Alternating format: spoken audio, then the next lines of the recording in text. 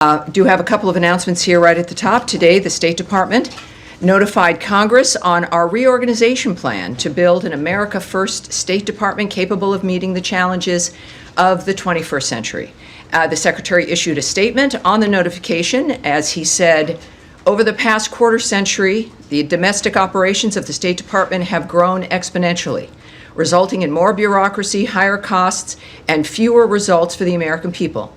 Since my first day as Secretary, I've said that this department must move at the speed of relevancy, and in April announced a broad reorganization of the department to better achieve that goal. Today, we took the next step in that process by notifying Congress of how we plan to do that. Further, he said the plan submitted to Congress was the result of thoughtful and deliberative work by senior department leadership. We have taken into account feedback from lawmakers, bureaus, and long-serving employees. The reorganization plan will result in a more agile department, better equipped to promote America's interests and keep Americans safe across the world. In addition, over the last few days, Secretary Rubio has announced new visa policies that put America first. I'm sure none of you have any questions about those. The State Department is determined to protect Americans' right to free speech and to counter the malign influence and actions of the Chinese Communist Party. The bottom line, we are using and will continue to use every tool in our tool chest to make sure that we know who it is who wants to come into this country and if they should be allowed to come in. Every sovereign nation has a right to secure its borders and to make sure they know who is in their nation and if they are safe to be here. And finally, Secretary Rubio met with the North Macedonian Minister of Foreign Affairs today and his delegation. I had the pleasure of being at that meeting as well. The meeting underscored the strong relationship between the United States and North Macedonia and highlighted mutual interests in regional stability, economic cooperation, and NATO. They explored opportunities to expand the economic collaboration, which would include energy, trade, and investment. A fabulous delegation. It was a pleasure to meet them. And now it's a pleasure to see you guys again. Even though I've met most of you, maybe not all of you, taking your question. Matt? Yes. I know you've got a few things on your mind. Well, yes. So I assume you were being sarcastic when you said that I know none of you have any questions. Of course, yes. Sarcasm is my favorite thing. So anyway, I do have a couple questions. Sure. I'll keep them brief. On the visa policy, specifically as it relates to China and the Chinese students. Mm-hmm. The statement that came out last night was, it wasn't very specific, shall we say, about what affiliations with the Chinese Communist Party and what critical areas of study would be applicants for visas under those would be, would be subjected to more scrutiny. So I'm wondering if there is an answer to what is the actual, Chinese Communist Party affiliation that would make you ineligible for a visa, or what are examples of the critical areas in which we'll be subject to? Well, since starting here at the State Department in January, I've been impressed with a number of things, most everything, but also learning about the nature of the visas, and I've said here regularly, many people watching around the world might not know, is that we don't give details about what our methods are regarding visas. Of course, everyone is vetted. I think if you've gone through the process, it's about filing for a visa, and then you have to have a meeting. And you do it in your home country, your consulate, your embassy. And that's the process. So there is a vetting, there always has been. What we don't discuss, again, because of privacy issues, but also because it's different for each person, that there are a series of dynamics that can be applied, questions that can be asked, issues looked at, and we use every tool that we have to vet and to make sure we know who's coming in. In this particular case, the United States is putting America first by beginning to revoke visas of Chinese students as warranted, including those with connections to the Chinese Communist Party, as you mentioned, Matt, or studying in critical fields, and enhancing scrutiny of visas for all Chinese nationals, including Hong Kong passport holders. I will not be getting into the details, not only of what the details are regarding the scrutiny and the methods regarding the visa itself, but also when it comes to critical fields. I was rather pleased, having seen very often announcements that don't really give any information, and there's reasons for that, for national security, because there's negotiations, it's diplomatic, et cetera, or giving away the nature of how we choose to do things might give up our hand and make certain things less effective. In this case, when we think of critical fields, which is obviously a very specific phrase, we think about national security, the nature of how we keep America safe and secure and more prosperous. And it is important to have, I think, a broad base, because that could mean something different to many people. It could mean many things. And this is going to be up to the people making the decisions. And I think that that's in the framework of what we've discussed regarding the visa actions as well, when it comes to keeping America safe. The United States, I further can say here, will not tolerate the CCP's exploitation of U.S. universities or theft of U.S. research, intellectual property, or technologies to grow its military power, conduct intelligence collection, or repress voices of opposition. The Trump administration is focused on protecting our nation and our citizens by upholding our national security and public safety through our visa process, obviously very openly and transparently applied by Secretary Marco Rubio. Every visa adjudication is a national security decision, every single one of them. Every prospective traveler to the United States undergoes interagency security vetting. Prohibiting entry to the United States by those who might pose a threat to U.S. national security or public safety is key to protecting U.S. citizens at home. So we've experienced this through these last several weeks. It is something that is at the heart and really at the front line of protecting the country. And we're taking it seriously, and we're being open about the nature of what's happening in this particular instance. So could I just ask that last bit that you just said, which was not in the statement last night, and is a little bit more specific about? About the nature of the theft of certain things. Yes. Well, we again, and as reporters here all, and curious people, you know the nature of what China has been doing about, with technology, right, stealing information, intellectual property, U.S. research, copyrights, et cetera. This is not new or confusing, and this is one way that we certainly can try to mitigate that issue. Yes, Andrea Mitchell. One follow-up on that, and then I want to ask you about Hamas and Gaza and Israel. Certainly. Is there any reevaluation of TikTok and its vulnerabilities, as was defined by the previous administration as dangerous for national security reasons? Does the White House, does the administration have any reevaluation of TikTok in this context as you're cracking down on Chinese? I would say you'd have to send that question, ask that of the White House. What we do know, though, of course, is that we're serious about Chinese intervention here, if you will, and the nature of what's driving, of course, this new visa vetting dynamic. But for that specifically, I know the President has spoke on it. You'll need to ask the White House. And let me ask you about the possibility of a tentative acceptance by Israel of a ceasefire. Let me come back to you on that. I think many of you also have the visa questions, correct? Are we dealing, let's stick with visas, because there's many different issues at hand, not just this one regarding China. European so Daphne. Issue as well? Yeah, we'll get to Gaza after that, yes. Thank you.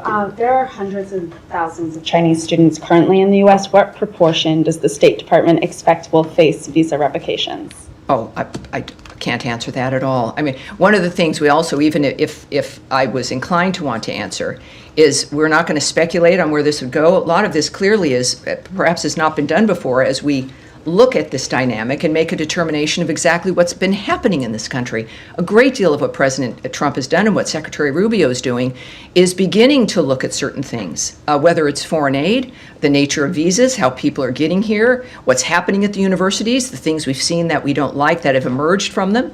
But I certainly would not hazard to suggest that the numbers matter. What the story is here is that the issue of being serious about safety for the country matters, and we're going to look at that at every single front. So I think it's less about numbers and more about the fact that we're keeping America safe and taking the actions that we need to do that. At the tail end of Trump's first administration, the U.S. revoked visas for more than 1,000 Chinese students and researchers that were deemed security risks.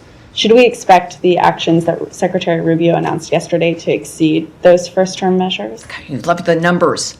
She loves the numbers, Daphne from Reuters.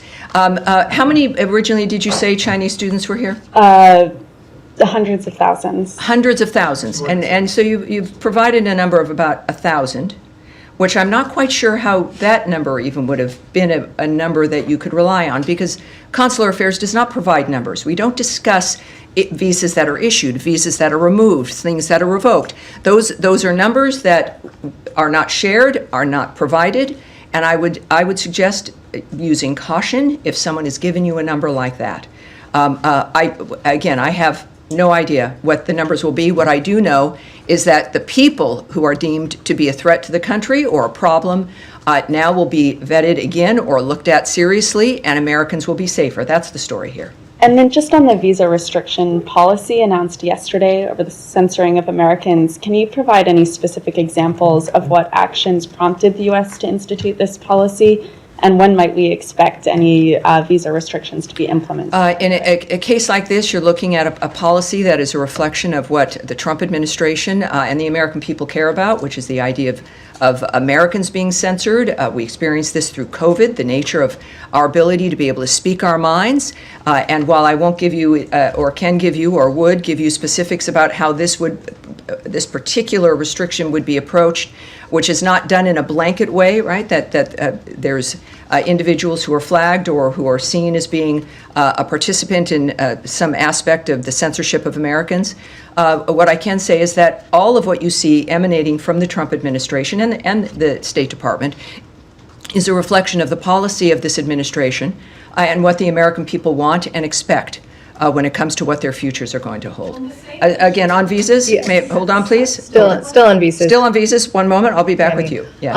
One on the cable that went on Tuesday, it said they expected this expanded social media vetting guidance for visa applicants to go out in the coming days. Are you still tracking that timeline, and give us any Yes. guidance on what that is going to Yes, look I can't like? give you a specific timeline, but there will be more information. What I can say is that, in general, because that was an internal communication that was leaked, at the same time, we have confirmed that the details are accurate. Also, the Trump administration is focused on protecting our nation and our citizens by upholding the highest standards of national security and public safety through the visa process specifically. Every adjudication, as I noted to you, is a national security decision, and a visa, as a reminder, is not a privilege. It's a privilege, it's not a right, it's not a birthright, it's not something that you're owed, no matter where you come from. Every prospective traveler to the United States undergoes interagency security vetting, and this is important with these conversations because it seems like only certain groups are facing vetting with visas. Every single person does. So I would say that, yes, you're going to get more information, and this is, as a result, not an interminable kind of end. There is an end point, and it should be rather quick, as consulates and embassies make adjustments when it comes to how they handle Can we visas. expect the appointments to open back up immediately after that guidance goes out to posts? Well, one thing I can tell you, a few things I can say is people can still make their application, do their regular steps, but it's a two-step process, right? You apply, and then you have to get an appointment to meet with people, to talk with them. Unlike often with the passport or something, there's a very specific process. So right now, there might be some delay, and what I'm told to encourage people to do is to regularly check to see when those spaces open. So as opposed to, let me just say, I would not be recommending that if this was going to be weeks or months. So if you've applied for a visa and you want to, please do. Then if you're not getting an appointment, there's this online system, you continually recheck to see when those spots might open. I can't tell you immediately after some, indeterminate moment of an action, but I can tell you that it's something that would happen perhaps sooner than later. And then one more. On Harvard, my understanding is you are now reviewing all of the visas of Harvard-affiliated visa holders, not just students. Can you confirm that? And why is this broader review taking place? Do you expect it to impact medical professionals, for example, professors at the university? I hesitate only because all of this is regarding visas and the nature of our mission and the approach that we take regarding who is being scrutinized and how we're going to approach. So we're going to put that off. I think we probably will have a bit more on that next week, perhaps, but we'll put that off now. But what I can say clearly with all of the news over the last 48 hours is that the visa process is a key component of keeping the country safe. It is not targeted at certain only specific individuals. This is an overarching national security action, and we are acting quickly. Obviously, we're a nation that loves people coming here the legal way, and we want to help facilitate that, but not at our own risk. Sean. Sure. More on the visas. If you don't mind me emphasizing, as Daphne and Matt asked you on the language, the Secretary's statement yesterday, aggressively revoke visas for Chinese students, including those with connections. It's not specific. He's not saying specifically those with connections. So, I mean, there are 277,000 Chinese students in the United States. I mean, should all of them feel that they're at some risk of having their visas revoked? I think everyone who's here on a visa has to recognize, certainly is what they've seen over the last few months, that America takes their visas seriously, that vetting is not a one-time process, it's continuing, and that if things happen, if you get arrested, if there's some kind of an issue, it's probably going to be seen at some point. But I do think that with this particular dynamic, it's clear that there's an interest in making sure that those who are here from China on a visa understand that we are taking our national security seriously, and we are looking at their visas, and if everything's fine, terrific. But that will be a vetting that certainly continues and is important, clearly, to the administration. Okay, and a bit broader, I mean, you said if everything is fine, you're welcome. More broadly, all these things that are going on with the student visas, with the vetting, with the suspension for now of new appointments. I mean, is it still a priority for the administration to encourage students to come to the United States? They have other options. It's been said that Hong Kong, for example, is now saying students at Harvard, doctoral students, have a fast track to go there. Is there any concern that the U.S. is losing a competition? After all, there's $50 billion into the economy of from international. Yeah, well, people come here because this is where you start new lives, where you have every opportunity in the world. There's a reason why people come here. It's because of what the country represents. Yes, the excellence of our schools, and we want to keep it that way. We want parents who send their children, whether they be from a different country or America, to an American university, that they can recognize their child when that child returns home. And that child actually has skills and an education that can improve their future, that can get them a job, that can help facilitate the dreams that they've had, as opposed to political indoctrination or the idea of just activism or a certain political framework that they move out with. This should be an education that is literally liberal.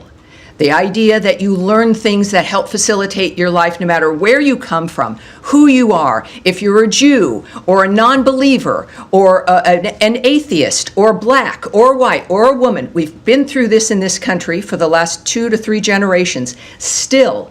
And our focus is making sure that everyone who does want to send their child to a school in this country can do so knowing that they're going to be safe. They're going to be able to get into a building and not held hostage in a library because it's been occupied, or that they're going to be able to actually learn things that you're paying that kind of money for.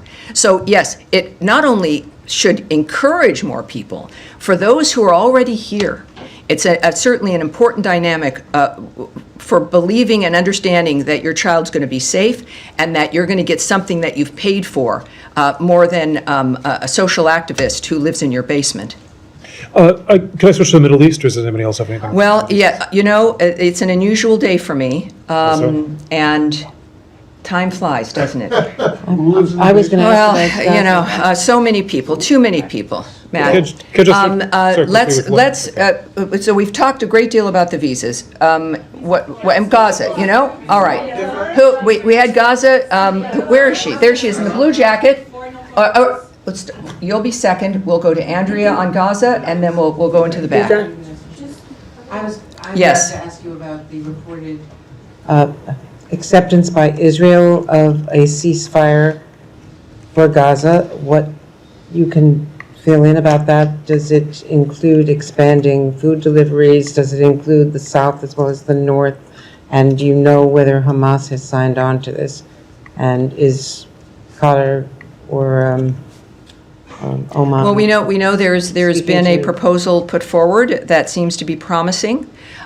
We are unaware of Hamas accepting it, but we do believe that it has some significant promise. We would, of course, as you might imagine, it's been a goal of the administration to get all the hostages out, certainly the bodies that are being held. And so, and I believe that Caroline addressed this too, I think, earlier. Yes, so there is some optimism, some important optimism, but the aspect regarding Hamas and its position is unknown at this point. But I think that there's some optimism regarding what has been proposed. And do you know if this came from Mr. Witkoff and Dermer and the other envoys who were here from Israel this week? Well, I believe that certainly Special Envoy Witkoff, as he's been involved in most issues and our successes, but at this point, we're still waiting to get some kind of a final point put on that. Which would allow even more humanitarian aid to move in, and certainly the return of hostages and bodies. This is what we continue, always are working on, and we're excited that this might be a good development. All right, Nadia? Thank you. I'm following up on Gaza again.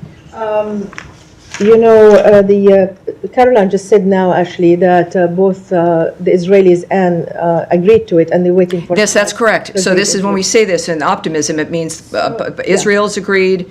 All right, so we're in a very good position, I think. But as you know, the president said he wants to see an end to this war. Is this any U.S. guarantee that actually they're going to discuss the end of the war after the 60-day ceasefire? Because every time they reach that stop, and the ceasefire collapse is because. Well, the ceasefires don't collapse. Ceasefires are ignored by Hamas, and they're broken by Hamas. They don't just collapse under their weight. Every moment, though, even without a ceasefire and without agreements like this, there's the constant effort to get this heinous situation to end, and not just for the moment, not for the 60 days or 6 months. That is the hallmark of President Trump's vision. And what the secretaries worked for, what our special envoys have worked for. Special Envoy Witkoff could be, just like President Trump, enjoying a very comfortable life somewhere else. But these are men and women who've made this kind of commitment. So I would say that obviously the end goal is an end. But ending the murders, the slaughter, the carnage, and getting people what they need is key. And that, of course, you can't. It's different, and I think Zelensky had noted this as well, right? I mean, you can't talk about peace as you're being shot at and killed. I mean, it's one thing has to be able to lead to the other. Otherwise, it just doesn't make sense. All right. Now, in the blue, I've skipped you off, and are you on this part? I want to go back to the visa. Visa. All right. Let's get one more question regarding Gaza and yes, in Middle East. Go ahead. Okay. Go ahead. Yes, you go ahead first. We won't go right back. We won't go to visas. We've spent a great deal of time on that. Go ahead. Me? Okay. Yeah, go ahead. Yeah. I got a Gaza visa question rolled into one, so it's Jack. The Mahmoud Khalil case, the federal district judge ruling yesterday that while he found that Khalil gave insufficient responses to allegations that he omitted key information from his application, the judge also ruled that Secretary Rubio's determination that Khalil's activities would have an adverse impact on American foreign policy were unconstitutionally vague. Does the secretary have a reaction to that, number one? And number two, does it change the position or the tactic going forward? Yeah, so again, let's just take that back for next week. I mean, I do want to get a direct response for you for that, but I literally have to go in a few minutes. And normally I would stay for as long as I could, but there's something I can't avoid. Okay. Yes. All right, we'll go to Russia, Ukraine. Yes? All right. Obviously, the secretary connected with his counterpart in Russia yesterday. In their call, did Mr. Lavrov give Secretary Rubio any indication of whether and when this peace memorandum that Russia promised would materialize? President Zelensky is saying nobody has seen it, and Secretary Rubio has said it's an important indicator of how serious Russia is about continuing negotiations. So I'm wondering if you have an update. Yes, again, we've said multiple times that we're going to judge Russia based not on what they say, but on what they do. And right now, what's happening is not good, right? You've heard that from the president. What I can tell you is Secretary of State Marco Rubio, in fact, did speak with Russian Foreign Minister Lavrov. Secretary Rubio welcomed, as we all did, the exchange of 1,000 for 1,000 prisoners, which happened over the weekend. That was arranged, I believe, while we were in Istanbul, Turkey. The secretary reiterated President Trump's calls for constructive, good faith dialogue with Ukraine as the only path forward ending the war. So that's what we're saying about the call itself, and we'll have to kind of leave that there. On the question of the good faith dialogue, Sure. does the secretary believe that what the Russians have offered in terms of these direct talks with the Ukrainians in Istanbul, is that being offered in good faith? We understand it's the same delegation that was dispatched last time. Is this actually going to move the ball forward, or is it a rehash? Right. Well, that's kind of, I think, at the heart of the current diplomatic dialogues and negotiations. And I won't characterize the secretary's point of view or his approach. I think what he reiterated after this call, I think, speaks for itself, that he reiterated President Trump's calls for constructive, good faith dialogue as the only way to end the war. So that was repeated in that call, and I think that speaks to the secretary's position. Last All right, yes, sir, go ahead. Can I just follow up on that? Can this good faith dialogue continue alongside military offensive? You've got to repeat that first part. This what? Can this good faith dialogue can this continue alongside military offensive? Well, obviously, we're going to find that out. Again, we're judging, and I think the president has judged Putin based on the nature of what was clearly extremely frustrating to him regarding the killing of civilians while talks are going on for a ceasefire. And that's a judgment that's going to come from the leaders of this country, the leaders, frankly, of the free world, of whether or not that's possible. And we're going to have to take that moment by moment in this case, I think. And are you guys involved into the second part of Istanbul talks? Are you part of it? I'm not going to go into that. I have nothing to preview for you on that. So yes, sir, go ahead. The President yesterday said that the deal with Iran could happen in the next couple of weeks. The Iranian foreign minister today on X said that media are speculating about an imminent agreement, but he's not sure we are there yet. Any reaction to what he said? Well, people are speculating because maybe somebody goes on radio and starts to speculate and starts to talk and starts to gossip. We don't do that. We've learned that discussing the details of something as sensitive as peace negotiations or a ceasefire does not help. It might be more interesting radio, but that's not how we're operating. It's not how serious agreements benefit. So I'm not going to comment on that. What I do know is that every report after our meetings is that it's that they've gone well and that progress has been made. Iran is at the table, and progress has been made based on the lines of President Trump, what his lines are, that there will never be a nuclear weapon, that there will not be enrichment. And we make progress every single meeting. And that, unfortunately, in our very strange short day, that is going to be it today. I know there's more, and of course, I'll see you soon, and you also know how to reach all of us. All right, thank you, everybody.